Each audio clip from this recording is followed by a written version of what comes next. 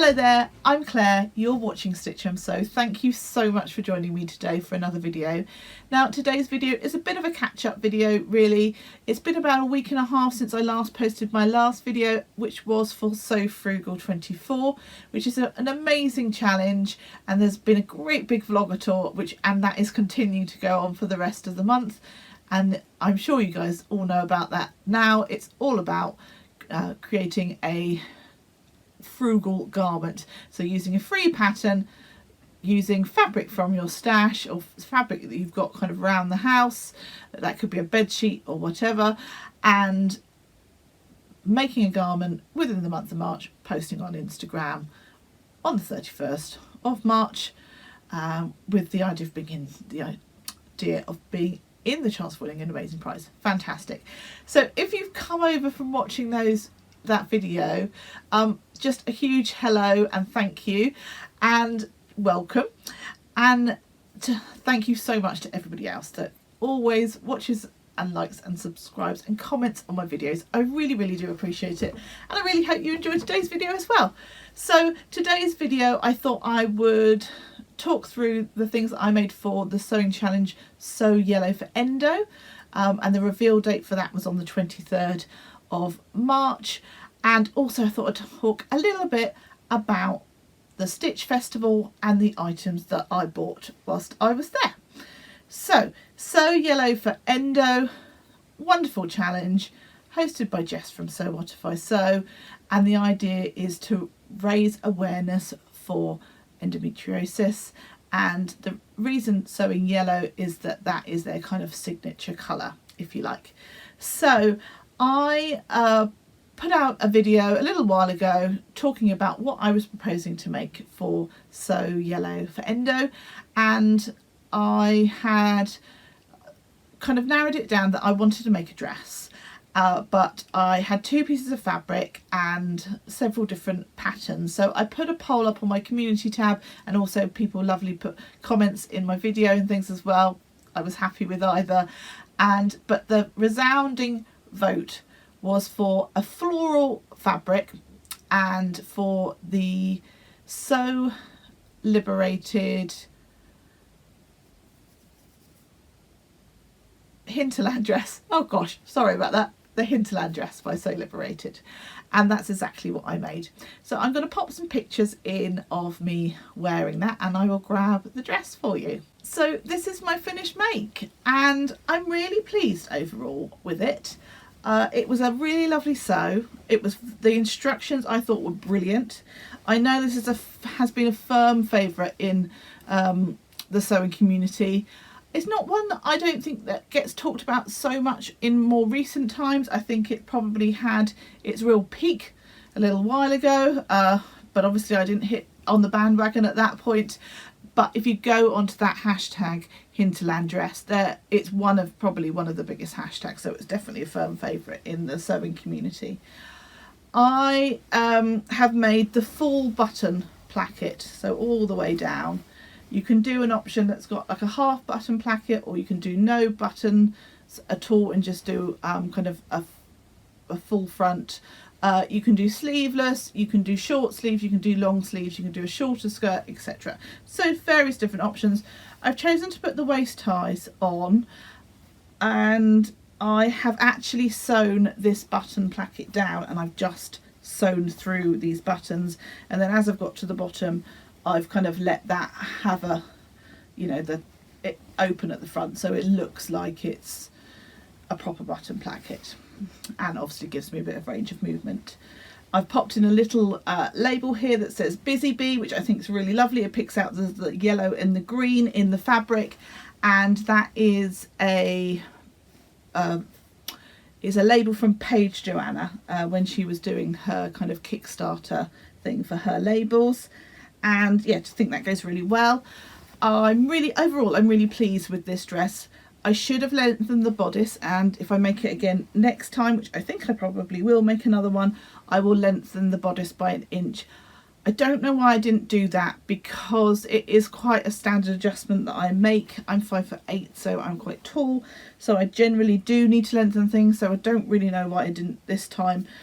I very much wanted it to, the smallest part of me is just under my bust, and so I was very much wanting that to be the place where it was drawn in, but I think that's why I thought, well, I think it'll be okay, because other people's were coming further down, but no, I did need that extra inch. It's okay.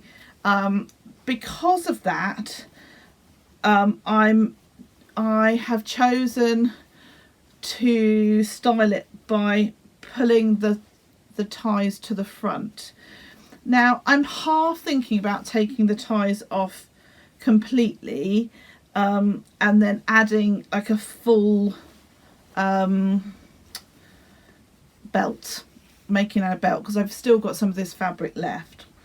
I had 3 meters of this fabric. I've got at least a ½ meter of the fabric left, so 2.5 meters. So that's really good. So I know for another time if I'm making it. Yeah, overall I'm really happy. They described this as a facing. I would call it a binding, which I'm really happy with, because I actually prefer a bias bound finish than I do to a facing anyway, because facings are fine if they're sewn down, but if they're like flappy, you know, and they're only a little facing, then they tend to like stick up, and you'll always end up having to like iron them and poke them down, and irritating. I also did, now did I? Yes, I did. I did a bias bound hem on the hemline. On the sleeves, I just turned and turned up as the pattern describes. So yeah, I'm really, really pleased with that. I didn't choose to wear this to the Stitch Festival. I went on the Saturday the 23rd, so it would have been really appropriate for that. However, I was in one of those scenarios where I just didn't know for the day what shoes to wear with it, because in the summer I would wear some sandals or something, but it probably would have looked quite nice with the little pair of white pumps, but I had a bit of a cull of shoes a few months back, and one of those things was my white, you know, my little sort of throw on sort of summery type shoes, like summer, well not even summer, but just like white trainers, because they were just looking grubby, and more than grubby, you know, really tired looking, and I'd completely forgotten that I'd got rid of them. So then I was in a sticky situation of not knowing what to wear. Anyway, I chose to wear something different, and I'll talk to you a bit about that a bit later. So I didn't actually wear this on the day, but I had put some photographs up on Instagram, and as I say, I will have shared some photos, or I'll share some photos now of the make, and I might have even taken a little bit of video with me in it as well. So yeah, overall I'm really happy with this dress, and I think I will give it another go as well, by just lengthening that bodice just a smidge, and I will probably just I think it's got a 5/8 seam allowance on this, and I think I will probably just take that just down just a little bit, just to give me a little bit more room here as well. It fits fine, but I just think for a little root, just for comfort value, I think that's what I would want to do. So yeah, all in all, pretty happy with that make. Now, as I say, I was in a bit of a quandary about what to wear to the Stitch Festival. So this is kind of a combo of talking about Sew Yellow for Endo and the Stitch Festival in this particular make, because I decided, shock horror, that I was going to wear a ready-to-wear dress to the Stitch Festival, which is really, really unusual for me. A little while ago I bought the first ready-to-wear item that I've bought in a long time. I buy basics, you know, like leggings and underwear and stuff like that, but it was the first time I bought an actual, what I would call an actual garment, in a really long time, because I just, you know, I fell in love with it. There's nothing wrong with having ready to wear in your wardrobe, but just in more recent times I just haven't bought any ready to wear because I've been making my own. Anyway, so I decided that I was going to wear this dress. It's a green dress, and it's got kind of a sheared bodice to it. It's kind of a midi dress. I'm getting into midi dresses, and a bit of a ruffle at the bottom. Yeah, really liked it, but I wanted something that was me made to wear with it. So I decided to make a bag.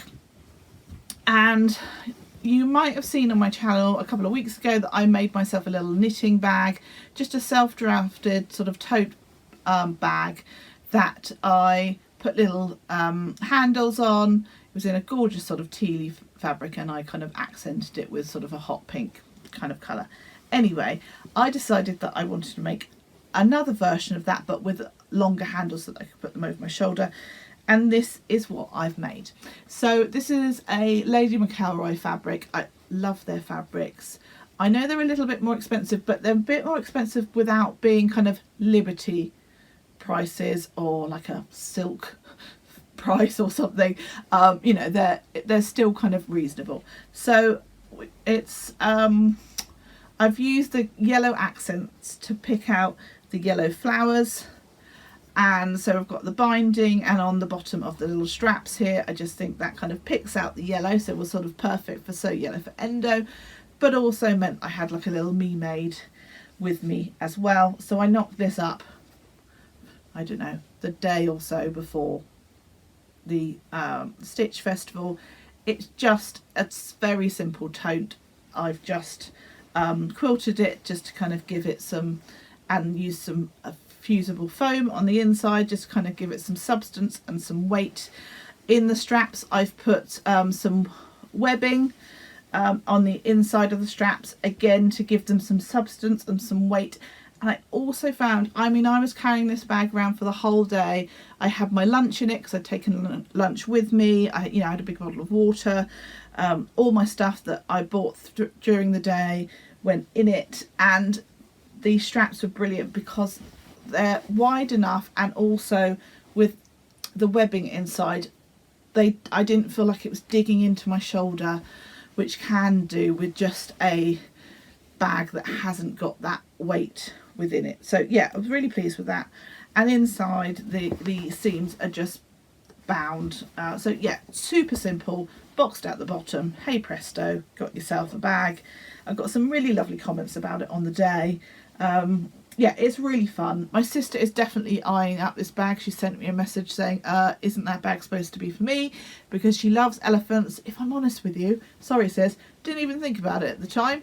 But yes, of course, it's very much her vibe. So I'll keep it for a little while, and maybe I'll send it your way at some point, sis. And yeah, so that was my make. Oh, I also popped some little poppers on the inside, so they kind of, I put them on and then put the straps on so that you wouldn't see the poppers, you know, the back of the popper on the outside, because it wasn't a bag where I had like a lining to it, because I've done the quilting. So yeah, they work okay. They're not the best. I think kind of once you've got a bit of weight into it, they kind of tend to ping out. It was fine. It worked fine. So that was my other sort of make. So on to the Stitch Festival itself. Now, I was very much looking forward to going to the Stitch Festival, but I know that I spoke, and I have only spoke about this a tiny bit on my channel, but I've been really kind of suffering recently with sort of how I've been feeling, and sort of high level of anxiety, and sort of just general sort of not feeling that great, and sort of overthinking things, etc, etc, etc. And I very nearly didn't go, but I decided the day before that I would go. So very late on the Friday night I booked my ticket, and so that and set my alarm and got myself ready the night before, but it was all kind of a bit lastminute.com. But I was so glad that I went. I got to see so many lovely people. So thank you so much if you came up to say hello. It was brilliant. I had such a lovely day. My heart was so full afterwards. My cup was full, if you like. It was just brilliant. It was such a lovely day. So many gorgeous people that I got to talk to. So thank you so much if you came over to talk to me. It really did make my day. And of course I got to see lots of lovely other YouTubers and Instagrammers and things as well. Just everywhere I looked there was a face that I knew. Now some people I knew more than others, obviously, that I'd met before and spent time with before. Other people I've spent a lot of time watching. I felt like I knew them, but we hadn't ever actually met in person, so that was amazing. And yeah, it was just a brilliant day. I was a totally rubbish vlogger. I didn't really take any photos. I will pop in a couple of photos that I've got from other people, so many thanks to the wonderful people that did actually take photos of the day. Yeah, it's a really really gorgeous day. So I left home about 7 o'clock in the morning, drove to the train station, which isn't very far away at all, and got on the train to London, got into Waterloo, hopped on the tube. Whilst I was on the tube, found out that the Angel station was closed, so then had to go to King's Cross, and so then I walked about 20 minutes back to Islington and the Business Design Centre, which was fine. You know, it's not a particularly long distance to walk. It was all flat, wasn't an issue. And got there and yeah, met up with some lovely people. And yeah, just had the most brilliant day. Now, I'm not gonna list all the names of everybody that I met on the day, because there were just so many, and I don't want to leave anybody out and them to feel upset that I left them out. But yeah, you know who you are, and just thank you so much for making the day so wonderful. But also just everybody that was there, whether I talked to you or not, just thank you. It was just a brilliant day. It was lovely. I have to admit, there was a period of about an hour or so where it was mega busy, really busy, and my sort of overwhelm got a little bit much. And the lovely Adele from Sofa Serenity, I don't know, I hadn't actually told her what was going on, but I just said to her, I'm finding it really overwhelming. And she was like, right, let's go upstairs and have some lunch. So thank you, Adele, for kind of rescuing me at that point. I don't think you actually realised quite how much help you were in that moment, so thank you. Anyway, enough of talking about all of that side of things. Let me show you what I bought at the Stitch Festival. Now, I'm just looking over it here. There is definitely a colour theme. You can probably guess what the colour theme is if you watched my channel previously. Yes, it is teal based. I didn't buy a massive amount of things. I intentionally didn't want to spend lots of money, mainly because I didn't have lots of money to spend. It was towards the end of the month, and you know, there wasn't vast room in the budget. But what I did buy, I'm so pleased with. Yeah, gorgeous. So one of the first purchases, I think actually the first purchase I made, was some labels from Little Rosy Cheeks. Got a lovely little free label that says I made it on, and then I bought 3 packs of labels. One little tiny ones that say handmade. I think those are just going to be great for like in like the side seam, and you know, just when you want a label maybe on the outside but you don't want a massive one. Yeah, I think that's going to be really good.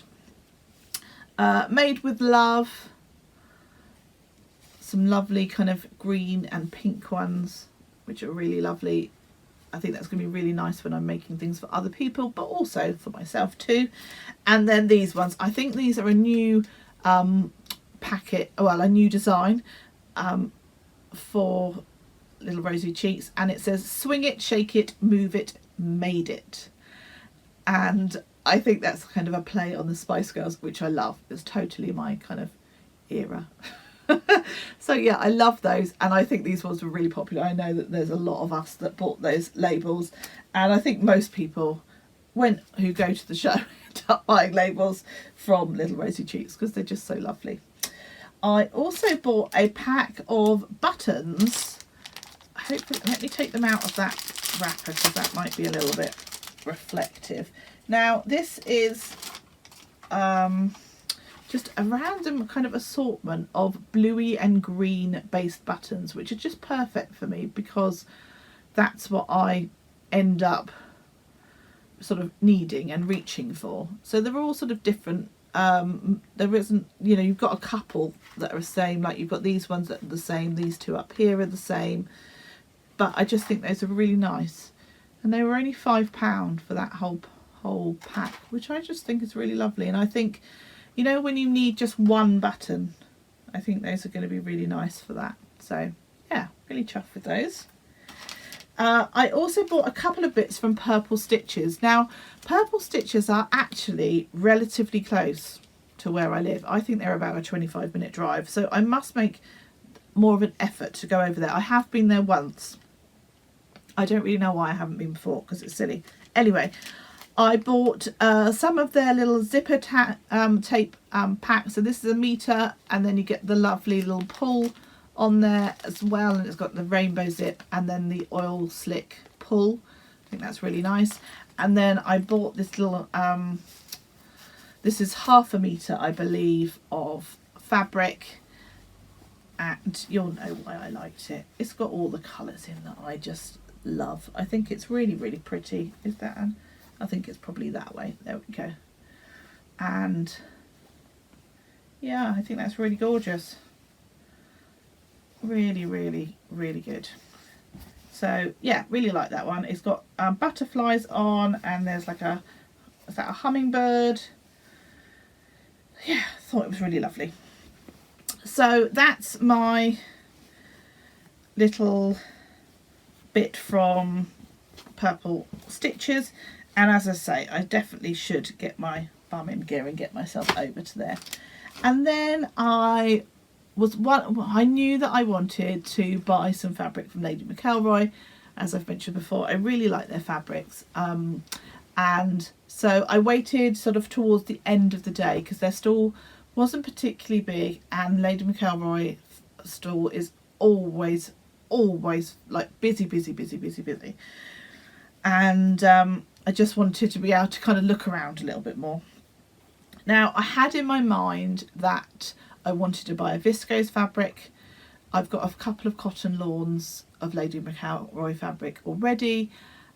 I think I've got 2 or 3, but I don't have any of their viscose, so I definitely wanted to buy a viscose fabric, and I wanted to have a look around and see.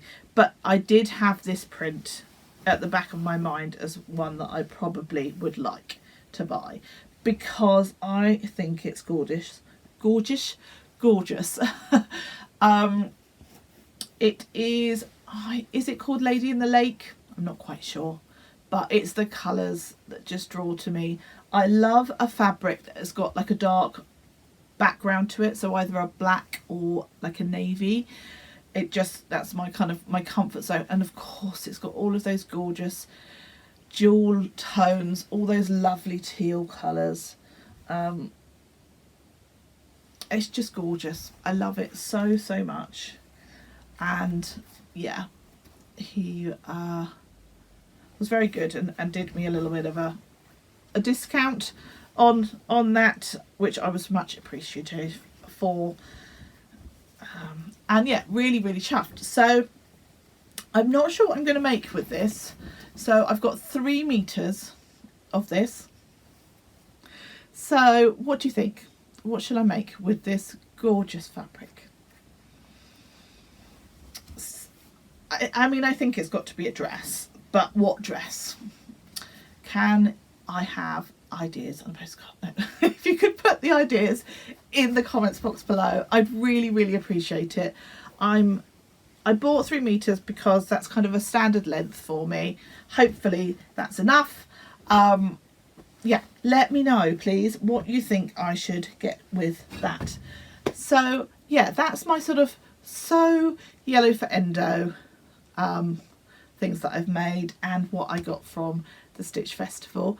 I do have a couple more things to show you, but I think I will show that in my Friday Sews video, so hopefully you'll join me for that video too. So I really hope you've enjoyed today's video. If you have, please do give me a like. If you haven't subscribed, I'd really love it if you would consider doing so. But until next time, take care, happy sewing, bye bye.